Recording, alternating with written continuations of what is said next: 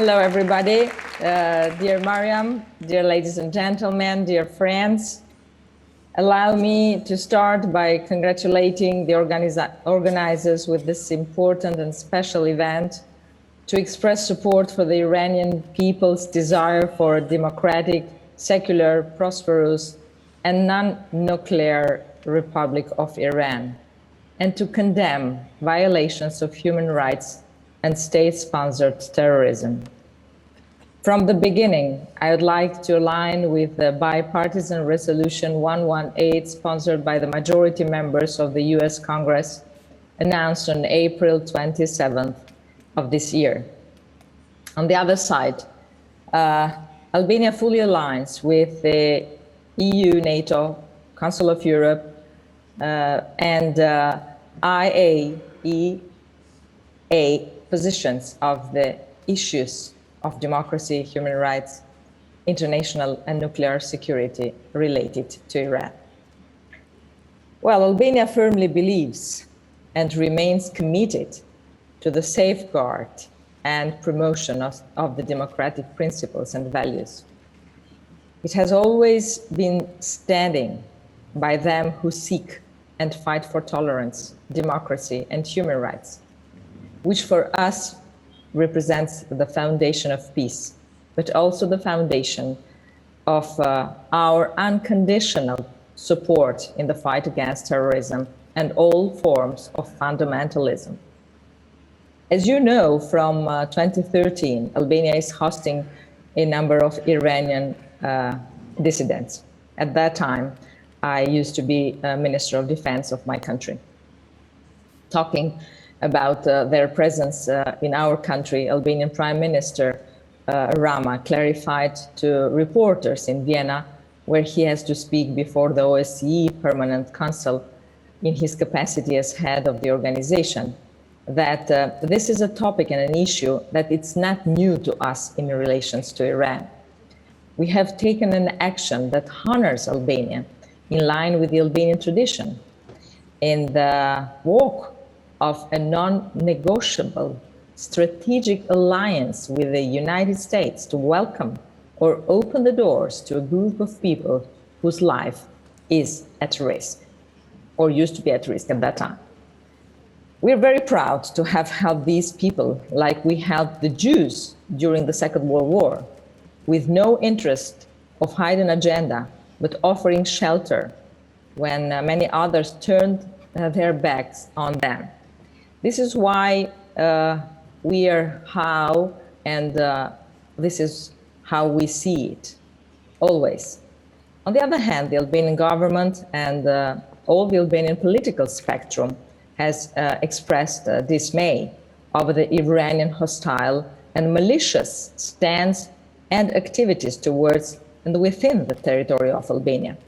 For 2 decades, Albania remains firm in its commitment alongside NATO, US, and other partner countries in the fight against international terrorism and any act that endangers world stability and peace. In several cases, the Albanian authorities have identified and prevent dangerous activities organized by members linked with the Iranian terrorist groups. So in December 2019, Iran's ambassador to Albania and one of more embassy diplomats were expelled from our country as persona non grata. The Foreign Ministry reported at that time that the 2 Iranian diplomats were declared unwanted after being suspected of being involved in activities that threaten security of our country. So the decision to declare Iranian diplomats undesirable from the Ministry and of Foreign Affairs were further clarified, like a decision that has been taken in consultation with the allied countries because of their activity in Albania was violating their diplomatic status, and not only. Ladies and gentlemen, in January 2020, the government of Albania expelled these another two other Iranian diplomats also planning terrorist attacks against MEC.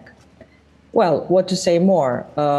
I think that we in Albania and Albania in general have always been a shining example of tolerance and religious coexistence, where people respect each other as equals, regardless of faith and cultural background.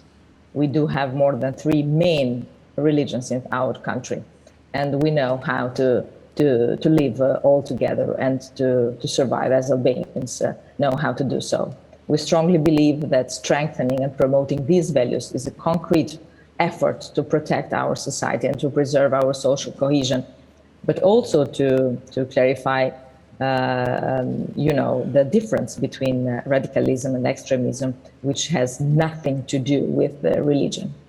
So to counter terrorist and extremist ideas, their philosophy, their political project, and defeat them, we must fight the roots of extremism, the poverty, the social injustice, and the imposed ignorance and the intolerance, and of course the exclusion and the discrimination. That's what was happening in Iran actually.